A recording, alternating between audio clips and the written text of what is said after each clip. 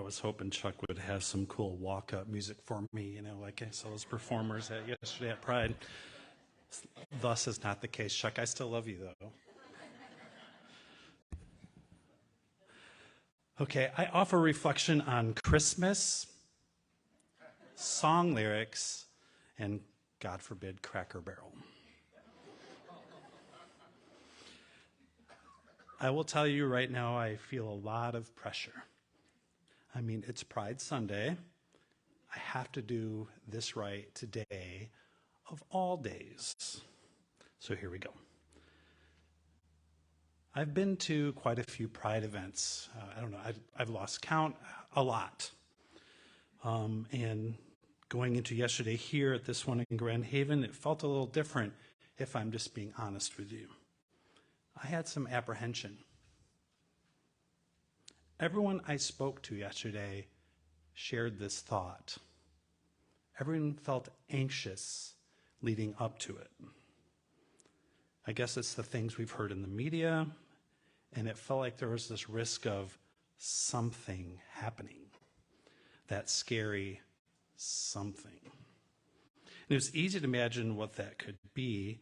Angry people upset that they no longer can drink Bud Light, apparently, protesters, or worse. And I wasn't sure, honestly, what to expect the whole thing would be like. Would people come? Who would come? I'm not exactly sure what the final count was, and I don't know if we'll ever know. I know they published the word thousands in the press last night and this morning. I've heard an estimate of 4,000 people. That's pretty awesome for Grand Havens. I'm pausing for a second. It really isn't the first Pride event. We did the first Pride event about 8 years ago across the hall and in here, if you don't remember, but I'm just letting that one go. So I guess people did come, and you'd be happy to hear if you weren't there that it went off well. I think most people enjoyed themselves. So with the apprehension relieved, and this relief provided me with the ability to ponder things other than safety and safety for others. It was interesting to think about it as I was writing this, that the whole experience yesterday was like a coming out experience. I'll explain. At first, it's very personal. You're worried about yourself. So walking into town, not knowing what was coming, I was worried about myself, worried about the possible harms and possible losses. But like coming out, you push on. You find community and joy in the end, and that it was yesterday. The personal becomes interpersonal. You realize that in many ways that coming out is really more of a going in, a going into something bigger, into a space where you can dream of the world being bigger than you ever imagined it could be. You can be and do more than you ever thought you could be and do. Who wouldn't want that for everyone? Who wouldn't want everyone living their best selves? It seems to me that makes a better world. And to me, that is spiritual. But anyways, I've been thinking about, what does pride mean? Leading up to today, thinking about this, I said, I have to have some really profound, meaningful response to this question. So I went to Muskegon last weekend and stood there and looked around, and I came here to Grand Haven yesterday after getting over my apprehension, doing the same thing. One word that first comes to my mind is joy. Everywhere you look when you go to Pride, people are happy. It's kind of hard not to be, really. How do you not feel good when there's so much vibrancy and color surrounding you and that music bumping? People talking away with one another. Humanity in all its different expressions. When at Pride, it's very easy to forget how it started with Stonewall, a gay bar that was in the poor part of town, because in the old days, and I went to some of these clubs, they always were in the poor part of town. in marginalized communities. Those marginalized geographies that made patrons easy targets for abuse and violence by some bad police and lots of bigots. The story is told of 3 days of pushing back, rocks thrown, fighting, that one day when pissed off queens and queers, notably my forefathers and more so foremothers of color, said, "Oh, hell no, not today."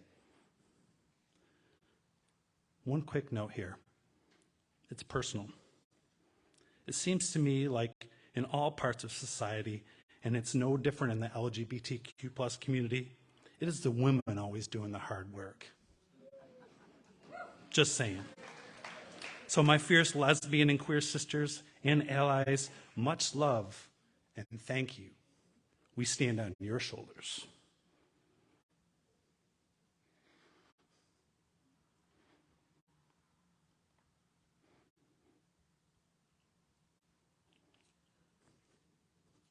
So there are 3 days of pushing back. And of course, it's never as easy. Of course, it's never as easy like, after this moment, everything is okay. No, but that moment is often noted as the start of the gay equality movement. And when the next year came, marking this day as Pride, this anniversary, it was only in the LGBTQ communities back then, and only in recent times has it become something more. And now there's Pride Month. And out of this ugly experience, there became this thing we call pride. And if you were down there yesterday, you see kind of how pride is now. Joy, celebration. It's awesome. If you were there, you know. If I'm being honest, though, I'm going to give us a little dirty laundry about myself. There's always a spirit experience I have when I see my own bigotry at pride events. I'll see someone that in any other setting, I may think that I would have to be careful around them about how much of my gayness I express. Like yesterday I saw this guy and I can fill in the blanks, right?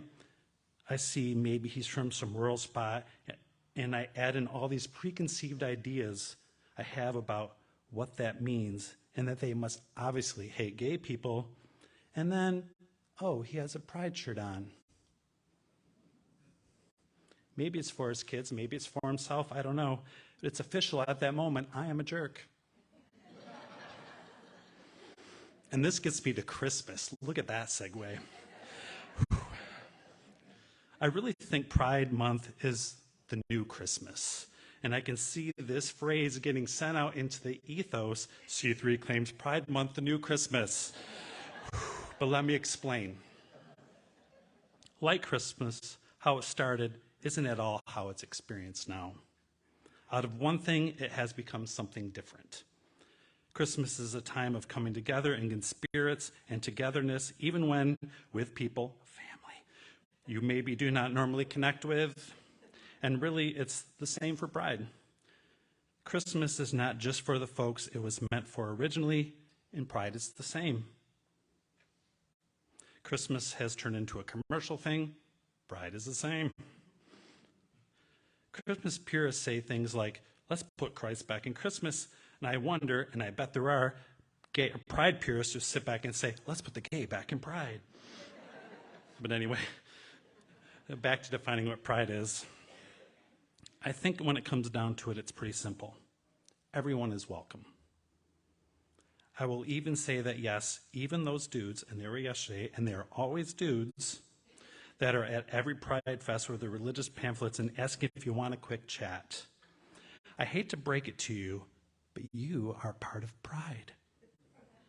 I mean, like that old saying says, if you build it, they will come, and they always come. They are like a staple of Pride Fest, like high heels and drag queens. Welcome to the family. We're glad to have you. Seriously, I'm glad you're there. Hope you enjoy the show. And yesterday I saw one of you bumping your head to the music. Yesterday there was moms giving hugs. Patty. There was a dad giving hugs who came all the way from Kalamazoo. I see ya. The performers that show you how to find your power and joy. I see you. Fancy clothes and boring khaki shorts. I'm the guy in the boring khaki shorts. I see you. Parents with their children. My older brothers and sisters. Some of you may be hoping to make up for your harsh judgments of the past. I see you. Those fellows in the makeup and the boas and the rainbow superhero capes, I see you. Those ladies with their sharp cuts and combat boots, I see you. Families of all types and dogs, there were so many dogs. Love the dogs and their rainbow bandanas. And I really think there was many straight people at Pride Fest yesterday here as there were gay people. And I say, welcome.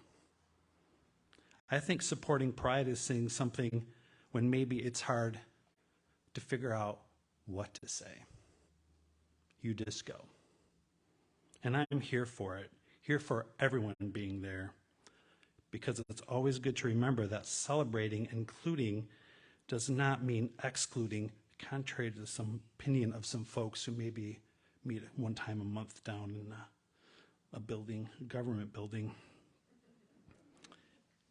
It does not diminish yourself to embrace someone else. It only expands yourself.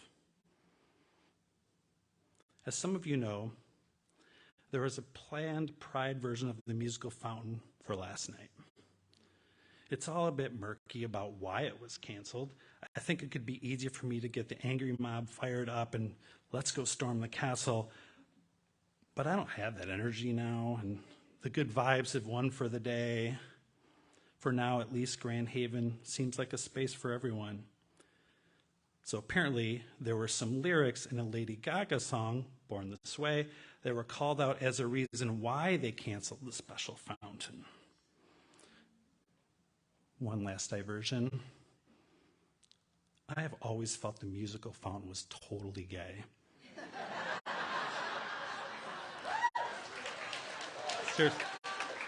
Think about it. There's all these rainbow colors, and in the title is the word musical. Kills me. I don't want that to get out because I worry they might try to cancel it. Like they did Target, Bud Light, Lego, Starbucks, Garth Brooks, and oh yeah, Cracker Barrel, if you're wondering where that was going to come in. These places have been places that have been targeted. Bear with me trying to figure out what a non-gay musical fountain would look like if you didn't have color. It's seriously just water. What do you call that? So here are the lyrics that were apparently used in the decision that ended up in the cancellation of the special Pride fountain. I'm not going to sing. You don't want that. No matter gay, straight, or bi, lesbian, transgender life, I'm on the right track, baby. I was born to survive. Dude. First, someone would have had to Google those lyrics, because if you hear the song, you don't understand them at full speed. And it's kind of funny for me to think about whoever submitted their concern has this song in their Google search now, and now you have Lady Gaga ads show up every time they're on the internet. That kind of makes me laugh. But here's the final point. Every single person here or across the hall, in Zeeland or Muskegon or wherever or whomever, every person has struggles. Everyone is surviving or has survived something. Every person has had something that's hard. Every person loves and fears. Gay, straight, bi, lesbian, transgender. That's what the lyrics say, and that's what Pride's about. They can't cancel that. Perhaps if we remember that, we would maybe celebrate more and scream less. Because Pride is this small, elusive place where this happens.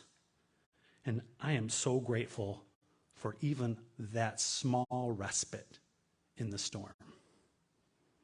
And it's complete with glorious, beautiful people and rainbows.